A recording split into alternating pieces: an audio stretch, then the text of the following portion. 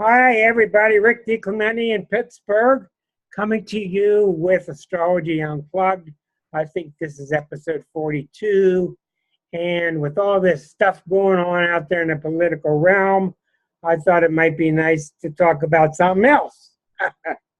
So this is an astrology show. There's no linear methodology or syllabus to this class. We talk about different things each week, each Thursday at 8 o'clock. Nice to have you. And tonight I came up with an idea to talk about people's story. And I think it's very important. And if you're a new astrologer, don't get frustrated when you start to read charts and you can't find the story, because that's hard stuff. And I've been working with John for years now. John's now getting to the point where he can go and he look past the planets, he can find the story. But that takes time. And the only way you're going to find the story is to get better.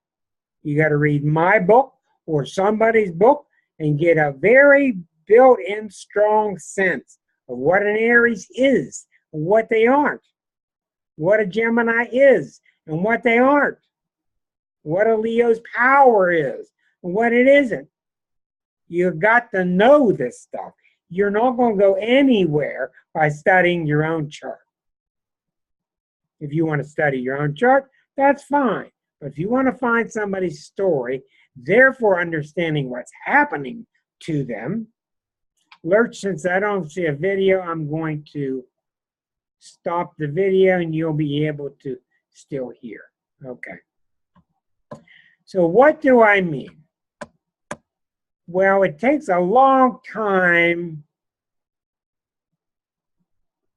If you see a chart with the Gemini, you know basically what a Gemini is. You don't know if there's a lot of Gemini in there or too much Gemini in there. If a Sagittarian chart is that way, you don't know. And for example, I'll show you a chart. I've got some labeled by number so I don't reveal the name. But I want to show you a chart of a person that we talked about a while back, and I want to bring it back to your attention. I'm calling it chart number 1. All right, and this should come up on your screen. Here we go. All right, in chart number 1, we're looking at a male who is a Sagittarian. Now, and there's a lot of Scorpio in here. You see Saturn is down here by itself. Okay, when you start to think about a Sagittarian, you start to think about fun-loving, laughing, smacking you on the back, kind of opinionated, fun-loving, cavalier. These are things that this person is not. You've got to understand that your sun sign is this much of you. Sometimes it's about that much of you, but a lot of times it's this much. There are times when I'm trying to entice the sun sign out of you, and there are many times when I'm trying to get you to look at your sun sign in balance with everything else. So with this particular Sagittarian, where there's a lot of Scorpio, and there's a bucket pattern to Saturn, take a look again. I met this gentleman 10 years ago. And what clued me in that the person was not very Sagittarian was, number 1, here's Neptune near his sun. This is a double Sag. Sun and moon in Sag. Still he's not very Sagittarian. A sun and moon and still he's not very Sagittarian. The Neptune is nearby, giving him Pisces qualities. He's got Pisces rising. So we know he's a Piscean type of Sag who's very Saturnian. As I've been trying to harp on you for weeks now, the midheaven nadir axis and the ascendant-descendant axis is so important. Now, this person doesn't have a birth time. So I look forward to the day I do get the birth time. But yet, with a noon chart, we'll do a chart for noon since we don't have the birth time. But still, we have a midheaven and a nadir. And we see Saturn wrapped around the nadir. This means that Saturn is very, very strong. And then what do we see? Mercury, Venus, Mars, and Scorpio. Okay, so you have to say to yourself, I've got a Sag who leans towards Pisces. He's got a lot of Scorpio, and he's got a strong Saturn. And the Saturn is wrapped around the nadir. That's the home life. Somebody who's really into maintaining the home, maintaining the family, very responsible. And Sag is the sign that is the irresponsible side in general. So I know I'm looking at somebody who's got some balance issues, and I'm not sure how well they're balancing. I'm pleased when I see Sun Neptune 9 degrees apart, because I don't want to see it 1 degree apart. I don't want to see it 0 degrees apart. It's too strong. Neptune overwhelms what it touches. All the outer planets are much stronger than the inner planets, which is to our dismay when we keep hearing these astrologers pound you guys with horoscopes about the sun this weekend, and Venus, and Mars, and the moon, and the sun. And these things are so weak compared to the mother planets, Pluto, Neptune, Uranus. You hardly ever hear them talk about it for whatever reason. They each have their place. So I've got a Sag who's got some Neptune in him, which means he's kind of spiritual, kind of selfless. What do we want to watch for with a Sag? We want to look for things that make them more responsible, make them promise and deliver. Well, this guy goes way beyond delivering. He's not a typical Sag at all, and he's got 3 planets in Scorpio. When you have a lot of Scorpio, you tend to be overly dedicated. So in this case, I had to test by asking questions. Is he really overly dedicated, etc.? So what did I do? I talked with him, and I found that he was about 44, 45 years of age, which triggers in my mind what happened to him at 42. When you're an astrologer, certain ages will pop out of your mind. 42 is one of them, because Uranus is opposite Uranus. That's a midlife crisis.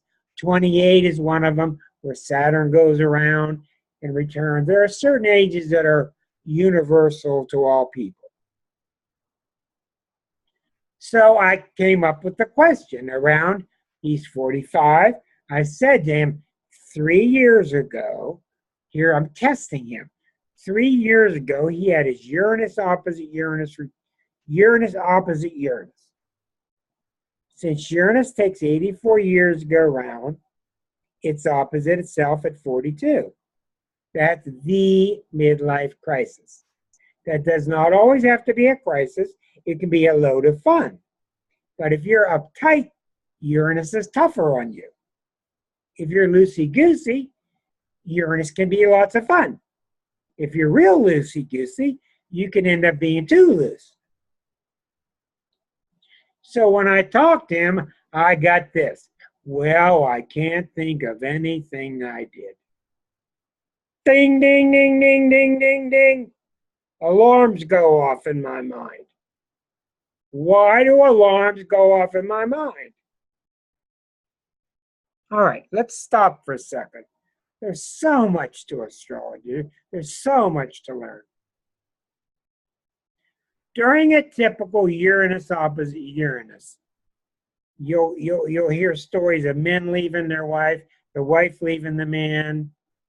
You'll hear stories of second childhood, buy a chopper, go out on Route 66. That's the main one. Get some shades, go out on Route 66. You want your second childhood. Well, the proper way, coming from a Capricorn, the proper way of Uranus hitting Uranus is, am I living?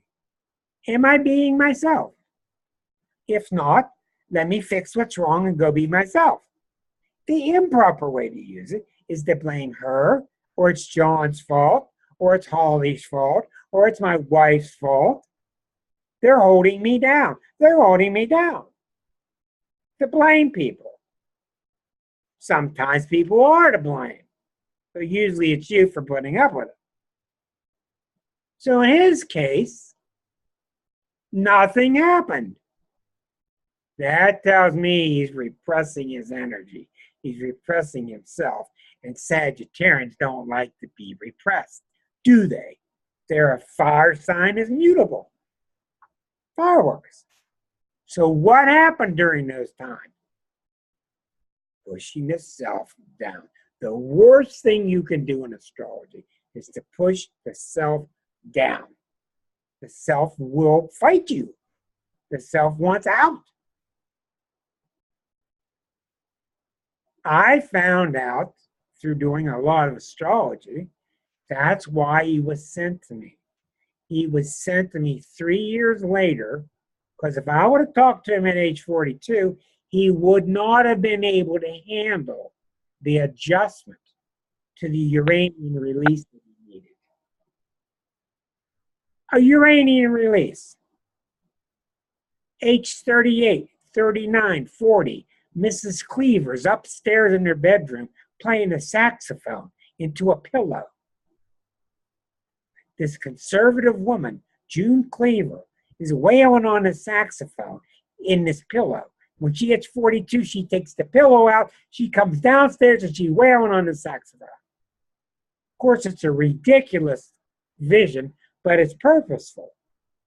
It's been growing in her. She wants to let this part out, and she gets to the point. And Uranus is famous for, have it up to here. I'm ready. I can't hold it back anymore. And she lets it out. And the family goes, what, have you lost your mind? What is wrong with you, woman? There's nothing wrong with her. She's not been ready to display that part of her, and now she's ready. They had a president playing the saxophone, right? So there's a part of us all that wants to play saxophone.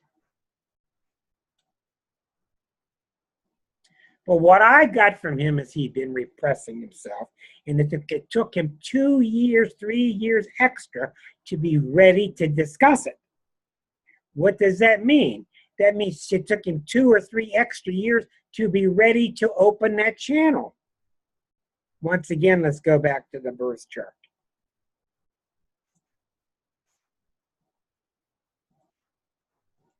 Okay. So, at age 42, here's Uranus. It goes halfway around. It's all throughout here. He's not noticing anything, but I'll guarantee you, if I interviewed him about those years when it was opposite, he had all kind of chaos. He had problems with his ankles. He had problems with his calf muscles. He had all kind of chaos around him. And what did he do? Saturn, he went to work. Scorpio, went to work. Went to work, went to work. Nail those things down, nail those things down. But he put in tons of effort to shove himself down. When do I get a hold of him? A couple years later, when Uranus is now here. So now he's ready to deal with the Uranus. Now when I'm talking to him, what's he going to do? He's going to sell the business. He's going to move the family. He's going to go have fun. And this is hitting his wife too. And I'm doing the wife's chart. And she's Virgo, Virgo, Virgo, Virgo, Virgo. She's doing the same thing. And they're doing real good, bringing the money and keep the family going, bringing the money and keep the kids in school. And everybody's just nailed down, but nobody's having any fun. And I'm not talking about become irresponsible, but he's not living his life. And what's the motto of a Sagittarian? If it ain't fun, I'm not doing it. So for his case, his story, by analyzing the past life, analyzing the current life, to him, going out and having fun was irresponsible. That was his rule. It took 3 years to work through. Now he's working through it. It's working out. It's going to be okay. But he's doing it responsibly. He's not throwing his business into the trash. He's making sure other people will take care of this. You'll take care of this. And he's being released properly. Do you see? By finding his story, which was over-dedication, overworking, Taurus father, you stick it out, you go to work, you get it done, you get it done. He's not an earth sign, he's fire sign. And she's got all the Virgo, she needs permission too. Half the Virgos in the world need permission to go be themselves. Okay, you now have permission. Go be yourself. Yay, I got permission. Do you understand the story? So now he's coming into his Uranus, even though it's traditionally, mathematically 3 years late, he was not ready till now. And oh, how we love to beat ourselves up. We love it. Oh, I'm 55. I just got a woman that I'm comfortable with. What's wrong with me? Oh, I'm 62. I just got a job. Oh, what's wrong with me? How did I do it? We're just so awful that way. We're not ready until we're ready. Huh, Karen? That's right. All right. So anyhow, wonderful story. He's on his way now. And now I heard back from him that he's not only on his way and they're planning on moving far away and selling the business and everything. He found out some complications where she's going to have to kind of stay behind and hold up for a little bit before they can go. And asked me what I thought. Oh, God, did I put a wrench in the works? No, because you've put all the energy in motion. You've gotten free. You've become aware of your story. You're now working on it. You have some loose ends. Okay. It's all going to work out fine. And I say those things with assurances.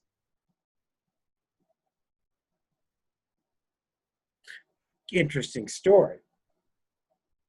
Now, here's a story I want to show you, number 2. This is a woman I used to know. Let me see if I get number 2 on your screen. Number 2. Okay, number 2. A lot of Aquarius, 4 planets in Aquarius, plus 3 planets in Aries. 4 planets in Aquarius, plus 3 planets in Aries. There's a strong Neptune. Why is the Neptune strong? Because it's right near the descendant. So there's the Pisces energy. But here is selfish energy, selfish energy, selfish energy, selfish energy, selfish energy, selfish energy, selfish energy. I don't need to say any more. Aquarius is a wonderful energy. But one of the things about Aquarius is I got to do it my way. By itself, it's not selfish, but it's insistent. It has so much pride in itself, and it's got so much value in its uniqueness that I've got to do this my way. But when you got 4 in Aries, and you got 4 in Aquarius, and you got 3 in Aries, you got a very selfish person. So what do I do with the story? So what's the story with this person? The story is clearly that she's got a tendency to be really selfish. She's very nice, but people move away from her. You see it. People can't stand it. It's all about her all the time. People move away from it. So when I'm reading for her, the question is, yes, a lot above the horizon, that's true. When I'm reading for her, what happens to her when Neptune comes through? What happens when the selfless planet, let's say, goes through Aquarius or goes through those Aries planets? Is the Neptune strong enough? Neptune's the one that wants you to be more selfless. Can she hear it? Can she deal with it? Because the selfishness is so strong. So you can't understand what the planets are doing unless you understand what the natal chart is. What happens when a selfish planet comes through, like Uranus? Is she going to become absolutely unbearable? What's going to happen? Now, usually with a chart that's this selfish, the past life is because the past life has a strong history of being way too selfless. And they've simply taken the pendulum too far the other way. And they're going to burn out in this lifetime from being selfish, and then from the residue of the two, hopefully come back to some balance. Do you understand? Good. Number 3. Would you rather have door number 3?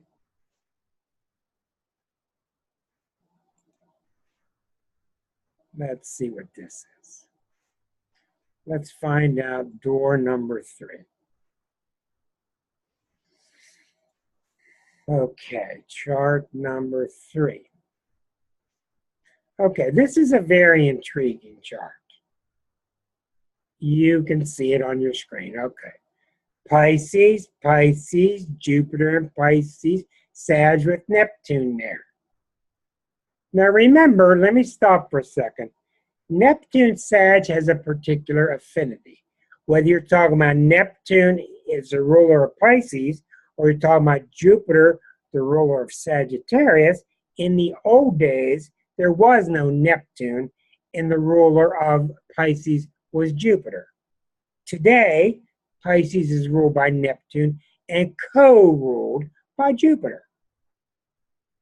So these two planets have a lot in common, except Jupiter is very social and worldly, and Neptune's very unworldly. But they're both very much liberal. Go do it. Yeah, let it out. Be free. So this person is a woman. Pisces, Pisces, Pisces, Pisces, Pisces. She got Sag in her and more Pisces. Okay? So what's her story? What's the number one? You've read my book. What's the number one message I gave? My book was called, originally, not The Exquisite Zodiac, it was called Pisces, the Ultimate Sign. The theme of the book. What's the number one thing, can you recall, that I told Pisces they need to do? If you read my book. Can you recall? They need to become more selfish. They're too much on the cross. They're too much self-flagellating. They're too much blaming themselves. You take that food. I'm not hungry. It's my fault. It's my fault. Mea culpa. It's my fault. It's my fault.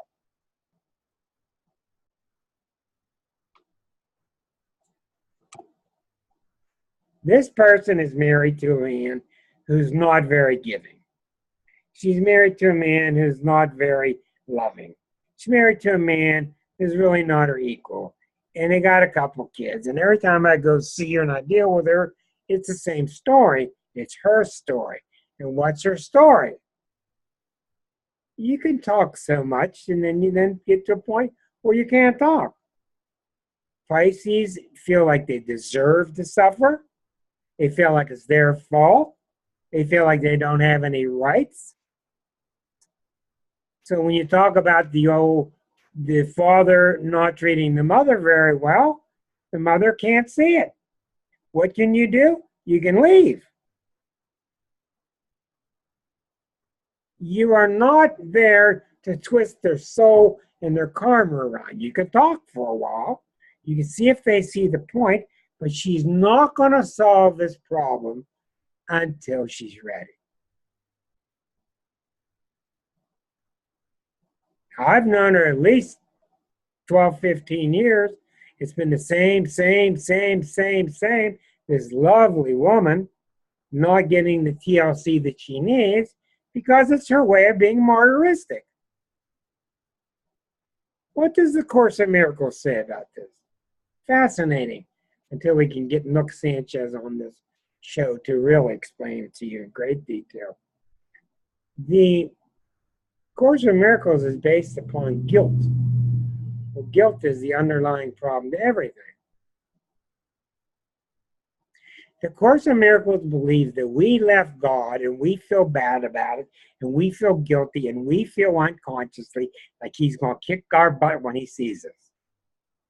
We project onto the skies that there's some guy up there in some big seat, he's daddy. We project daddy up there. And once he finds out that we left him to go play by ourselves, he's going to come down and kick our butt. That's how silly we are. That's how silly we have taken this whole thing. So if we martyr ourselves and we beat ourselves up, he won't kick our butt as bad, will he? There's the basis to martyrdom. I'll beat myself up so that when he gets old, he won't be so bad. That's according to the Course. So what do I do with her? I love her. I see her now and then. You know, give her a kiss on the cheek. Bless you, honey. Good luck. When will she be free? When will she get free of it? I don't know. I don't know. There's too much Pisces. There's too much selflessness. Put her together with that Aquarian, you'd have a decent couple people. Selfish chart, there's selfless chart. That's how we pick them. What's going to happen to her? What's going to happen to her when Neptune comes through and tries to influence her to become more selfless? What's going to happen when Uranus comes through and tries to influence her to be more selfish? Uranus has just gone through Pisces, 2004 to about 2011. I got to check with John because John is my date checker. I think around 2004 to 2011, Uranus went through Pisces, and I think that's exactly when I was reading for her. And I was trying to tell her, you need more self. You need to be less selfless. And that's correct, Rick. Thank you very much. She didn't want to hear it. She was not ready to hear it. It's okay. We don't judge. Next chart. Step on down. Chart number 4. Let me go back here for a second. But you see, there's no formula to finding somebody's story. Just like Karen puts her hands on people's bodies for massage and for healing. Everybody's got a different story. Some people are sensitive in the shoulder. Some people, the shoulder is fine. Some people are sensitive in the eyebrow area. Who knows? We're all just different. But astrology can really help us to discern it. Now, chart number 4 is a male that I know. Okay, I want you to see something very subtle here. Here's another Pisces male. Sun, Mars in Pisces.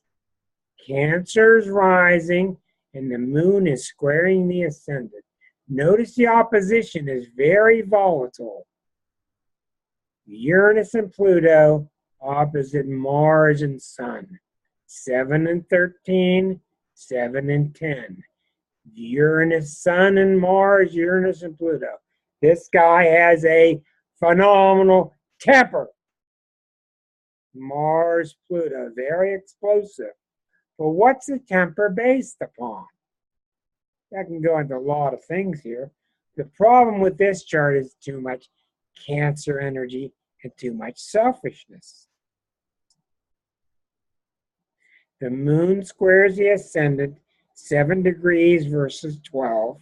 So that's 5. There's the moon, there's the Cancer rising. Okay. And we got very strong Cancerian energy. Forget the fact that he's Piscean. And we got an explosive personality. Pisces is the sign that is overwritten by other energies easier than anybody. Maybe Pisces and Libra. Their nature is so passive and non-confrontive that when other energies are strong in the chart, a Pisces and Libra can easily be overwhelmed by other energies in the chart. In this person's case, you got the phenomenal temper, which is Mars, Pluto, Uranus. You got all the Pisces sensitivity. You got the moon, the moon, the moon. Now we're going to stop and talk about the moon.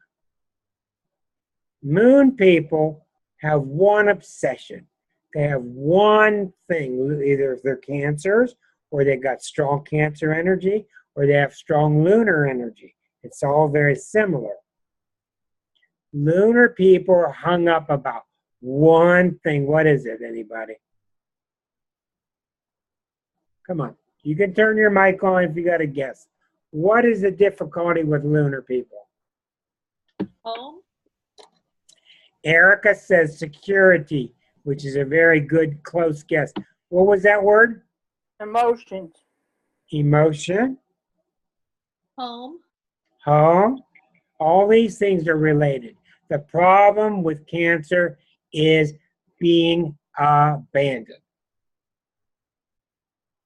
They are obsessed with being abandoned. It is natural to Cancer. It is not unnatural.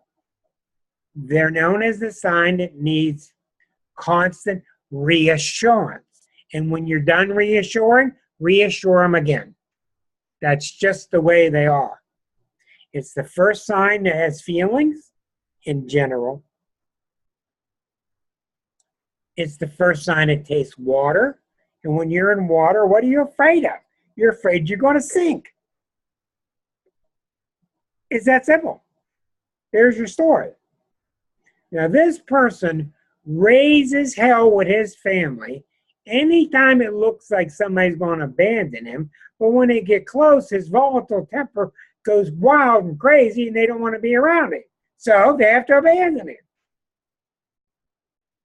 The vicious cycle. He gets them close, he goes wild because he's so sensitive, and they're not loving him the way he wants to be loved exactly.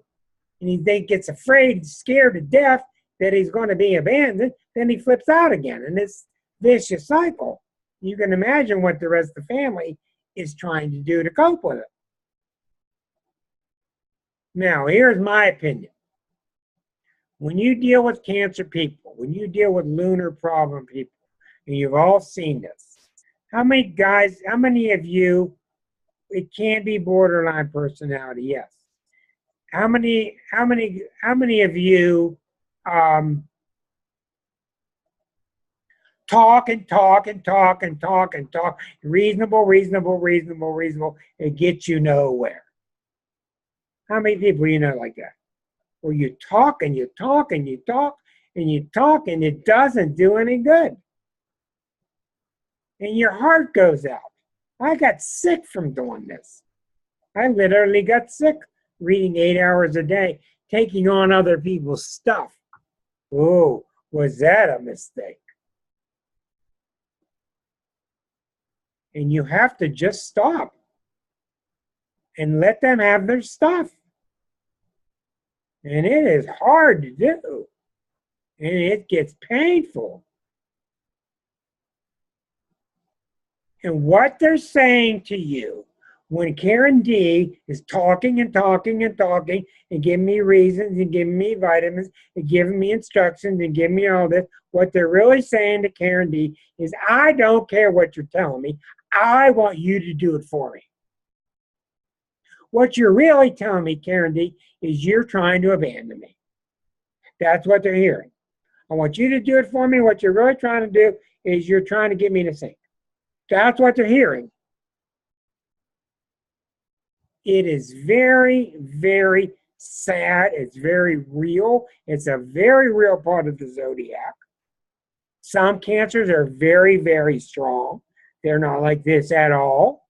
Usually they have Cancer at the top of the chart, or the moon is in Sag or moon in Leo, and they don't even know what I'm talking about. So it's certainly not all of them, but it's a good chunk of them.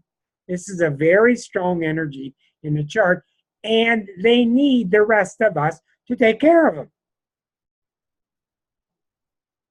How many of you know people, the whole family rotates around one person?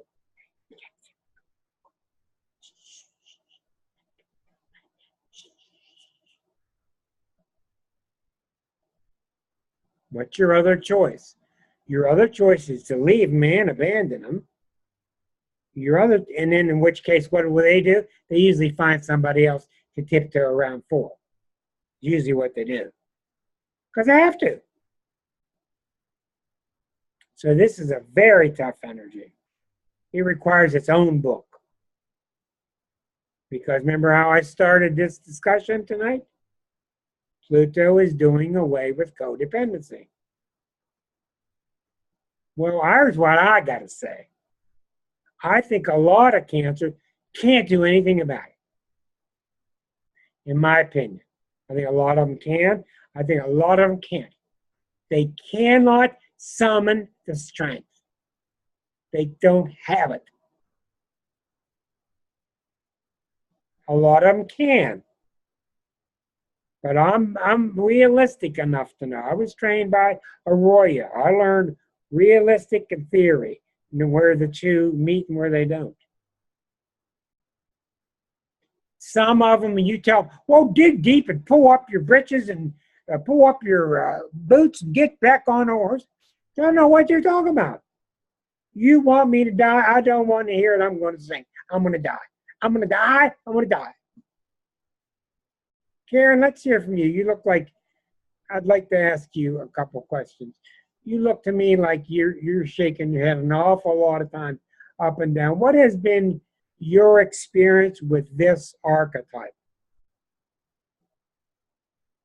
I did a lot of psych nursing, and I mean a lot. Yeah. I worked a lot units with people bouncing off the wall. And there's a way you can talk to them where they don't feel so threatened and get a whole lot further. And if you know how to do that, you can move them. I don't mean they're going to take giant steps, but you can move. And if you work with them, and if the first thing that came to mind when you're describing this is if the people around them knew how to communicate with them this way, they may actually help them. They may decrease the fear because they get to talk about how they feel. Yes. That's a couple really good points there. What I tell parents of cancers, the best thing you can do, because cancer children really listen to the parents. They might act like they don't, but they really do. The best thing you can do with a cancer child is very programmable.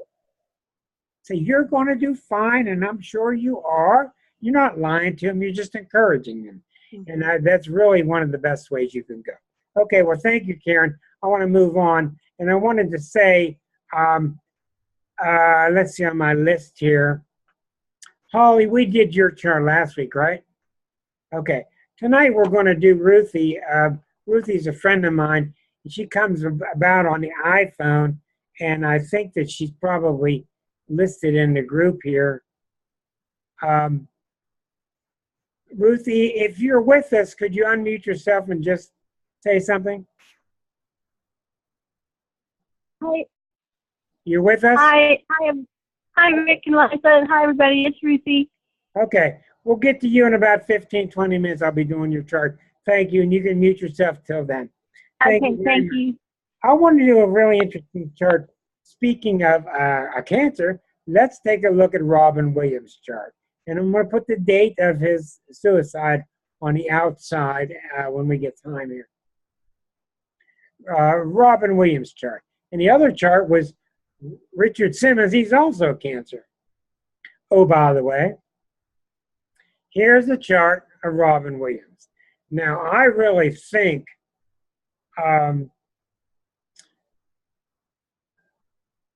Aninka. Okay, let's take a look here. All right, here's Robin Williams' chart.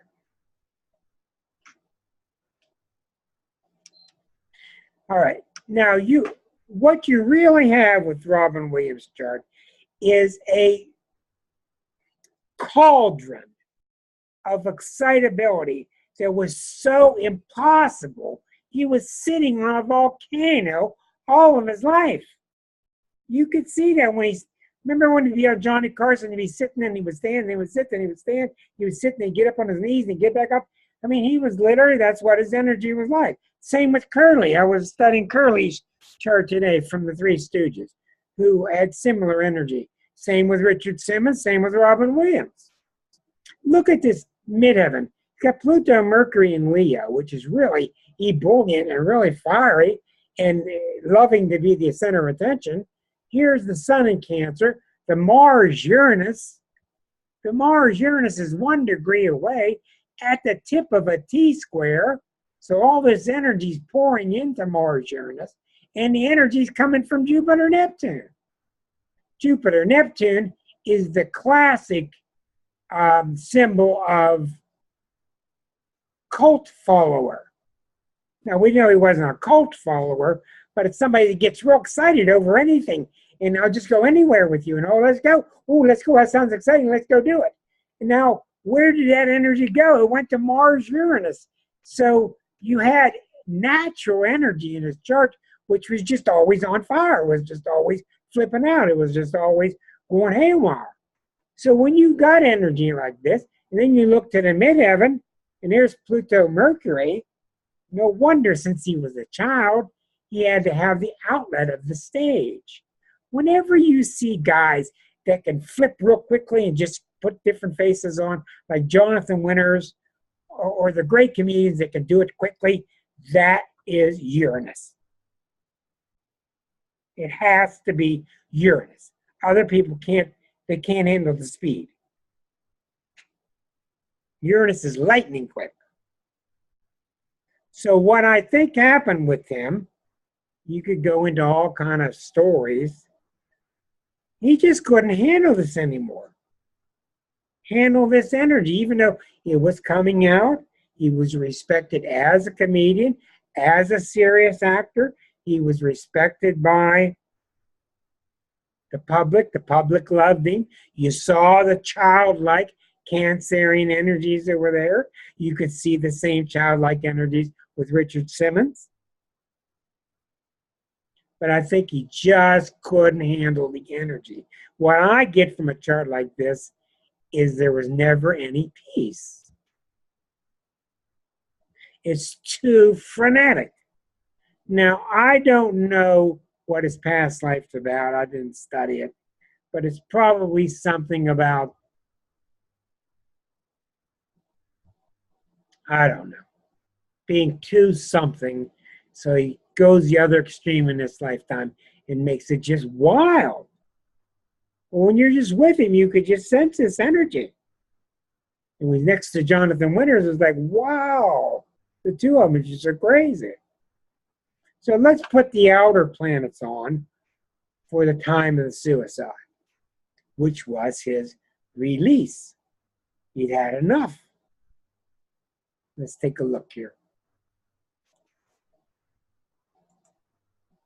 The death was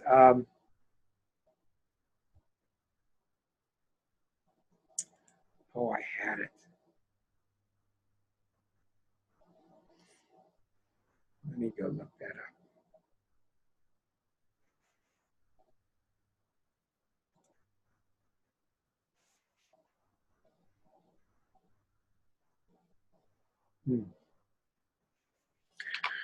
I have lost it. Give me a second.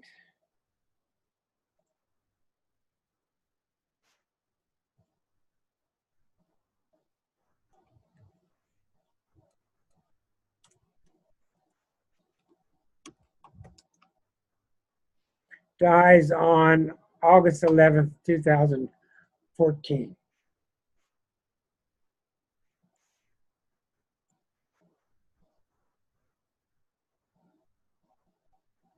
Eight 11/14. Doesn't matter the time. Okay. Now let's take a look at this chart. Okay, now when a death occurs, you're not going to see little tiny planets bumping into each other. You're going to see major weak spots in the chart overwhelmed by other planets because that planet's been coming on for a while. You can feel it coming. You can feel it coming. I've had it up to here. You all feel these things. You're just not used to calling them a planet. So what do we look at? Saturn had just crossed the ascendant in the last several months. Mars could have been the final trigger. Mars had just come out of the 12th house. Mars always hits a degree away. Mars is 2 degrees away. from the ascendant. That Mars in Scorpio can be the very intense energy to put an end to this. So let's look a little deeper. The sun had just crossed the midheaven. It was crossing over Pluto. The Mercury had just returned. It was during a Mercury return, which did not do it. But sun could have been a trigger. The two triggers in the zodiac are the sun and Mars. But what's bigger than that was right here. This is your story. This is your story. I have noticed with people that have Moon and Jupiter, that it still acts like a bucket pattern to the Moon. In other words, it acts like the Moon is the sole handle to the bucket. The Moon is the ruler of Cancer. So as the Moon came on, it's very likely, it's 6 degrees, almost 7. It's probably been on there already. The Moon, Neptune is on the Moon. It's very likely that the Moon brought drug abuse with it, that the Moon brought despair. But when your main planet gets hit by Neptune, it's very difficult to handle. And then here comes Mars, here comes the sun. This was by hanging, right? Yeah, okay. I wouldn't be surprised at all if there was some drug issues or alcohol issues too.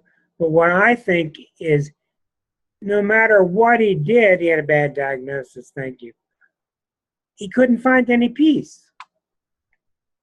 The chart is just too active all the time, firing. It's kind of like you look in the engine and the spark plugs are just always sparking. He found that he had to do it. Well, just, Erica, go ahead and tell us what you found.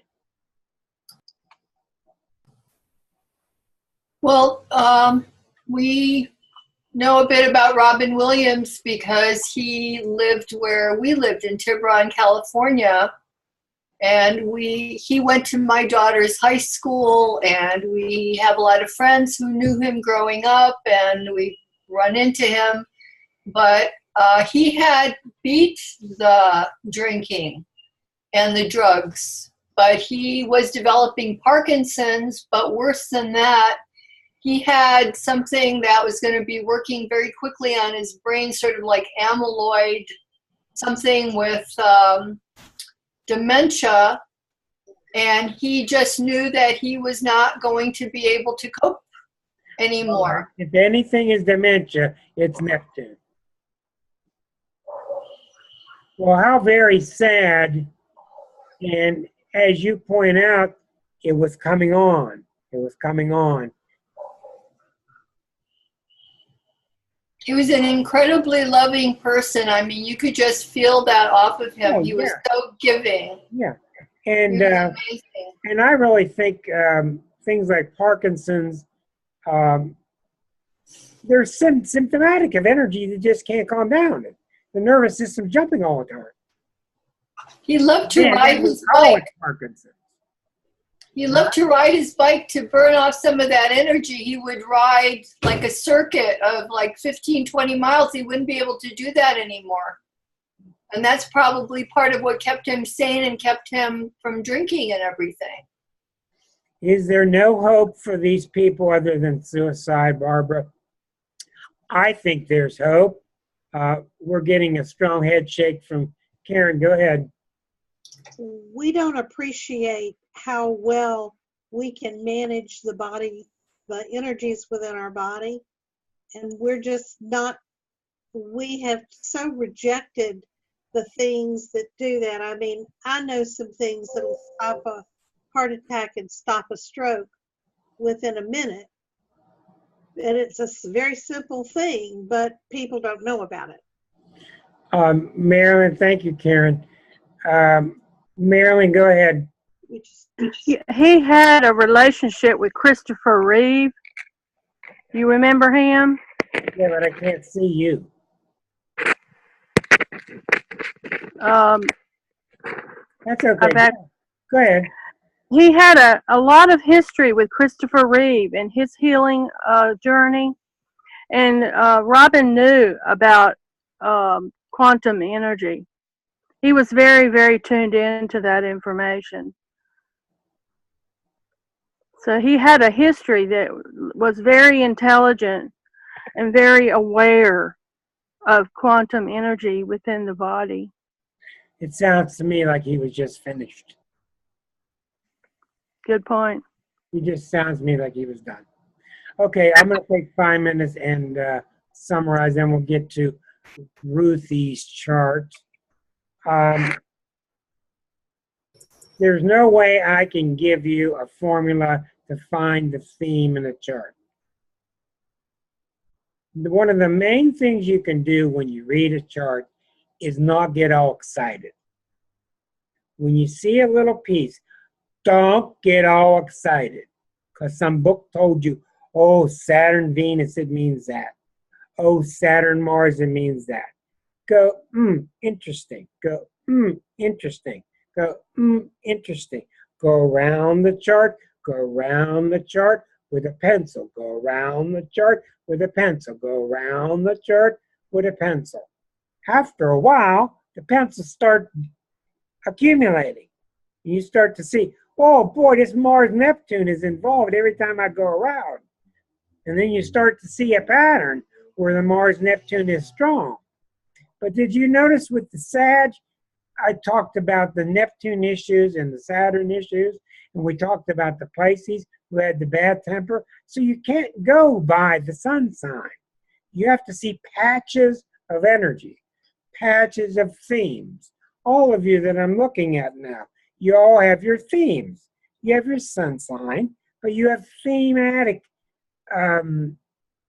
splotches in your chart from other signs. And I'll tell you again, and just keep reminding you, one of the very best ways to learn is to go back in time and find out when the big planets hit those points. You got a splotch of planets here. Go back in time. It's not that hard on astro.com to put in the years. Go find out when the big planets. Just concentrate on the outer four.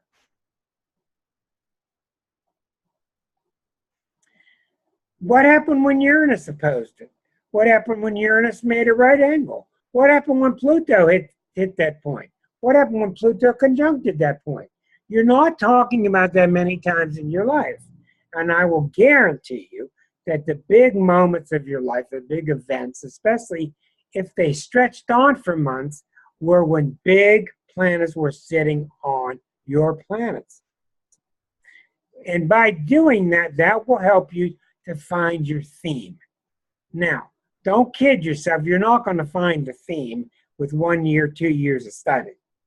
You're just not going to. It's just too hard. But you can take what you found, roll them up into some intelligent questions, and ask your astrologer about those. Because that's what the kind of questions astrologers love to hear. But I really encourage you to go back in time to your chart, the points that you suspect that are sensitive. Suzanne says suicide is taboo here, but I wonder if certain situations transitioning to the other side on one's own term can be seen as a hero journey. Of course it can. Cancers are tenacious and it takes some big to succeed at suicide, resolve, and not advocate. Yes, a very good point. Yeah, we can't sit in judgment. That's exactly right. And they really have a tenacious side. Exactly. Real tenacious. Look at Jack Lambert. Enough said. Okay. Very good stuff, everybody. Before I switch to Ruthie, any questions now on the subject, which is finding the theme in the chart, finding the story. Any questions? Suzanne, go ahead. Well, the nadir and the rising and all that, the points. The four angles. But like when you're doing a chart for someone, is there like a pattern or a sequence to look at something first? Or do you just look at certain things that are? You get to a point where you look at it all at once. You look at it all at once. And when I look at a chart, my mind automatically goes, that's weak, that's not that powerful. Whoa, look at that. And my mind goes, whoa.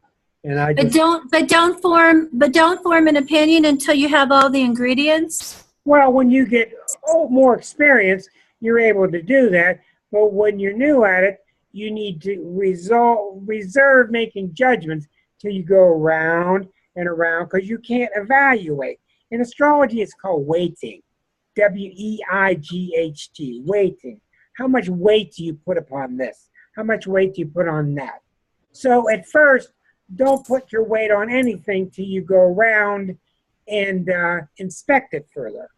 But as you get better at it, with more experience, you learn to see, that's not that important. That's kind of weak, but these two places here, I really want to investigate them. That's what I call blinking when I teach my students. These areas are blinking, which means I really know something's happening here, but I'm not sure. So let me investigate. Let me bring up some of the keywords and give them to Suzanne and see how she calls them. And I might give the wrong word to you and you might adjust it a little bit, but we end up talking the same language. And then you know you got it. And then you're a very intuitive medium. The intuition is extremely useful. I will say one more thing to you. After doing this for about 20 some years, one day I got to a point where my intuition wanted to speak. It wanted to speak. And I wouldn't let it because I'm a Capricorn. You don't know that, so don't talk. You don't know that for sure, so don't talk. I wouldn't say it because I didn't know. And after a while, I got sick of it. And I just said, I don't care if I'm wrong. I'm going to start letting it out. And the moment I let it out, I became so much better of an astrologer. I became so much more sure of myself. But it had to burst its way out of me. Yes, final question here. Elke has a question. Do you find any underlying themes altogether, like in the chart, like fear of abandonment or whatever the themes are? Yeah. Could you categorize them, or are there some basic themes? I think I can. Yeah, I think there are some basic themes that just keep going on and on. The number one is low self-esteem. We don't think we're good enough. That's one of the huge themes. Fear of abandonment is huge. What does Michael Weir say? What does Michael Weir say? Michael Weir said it all in one statement. He's the hypnotist we had on the show. Mm-hmm. He said, we're all 9 years old and we want everybody to love us. There's your thing. We're all 9-year-olds and want everybody to love us. Okay. Thank you very much. I'm going to go on to Ruthie's chart. I'm going to say goodbye. Everybody wave goodbye to our YouTubers. Good night. Thanks for joining in.